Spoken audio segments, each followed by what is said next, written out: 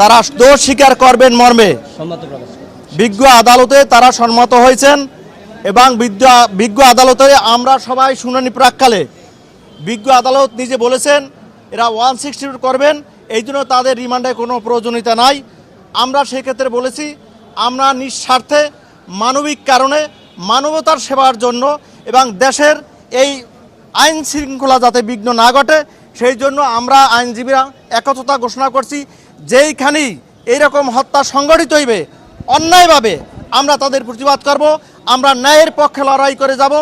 একটা ছেলেকে, যে ছেলেটা একটা মানসিক প্রতিবন্ধী, মানসিক ভারসাম্যহীন, সেই ছেলেকে হাসি হাসি করে এই নৃশংসভাবে আসামিরা হত্যা করেছে, পরিকল্পিত হত্যা করেছে এবং দেশের অস্থিতিশীল পরিস্থিতি সৃষ্টি করার জন্য আজকের বিবেকে নাড়া দিয়ে সারা বিশ্বকে বিবেকে নাড়া দিয়ে দিয়েছে।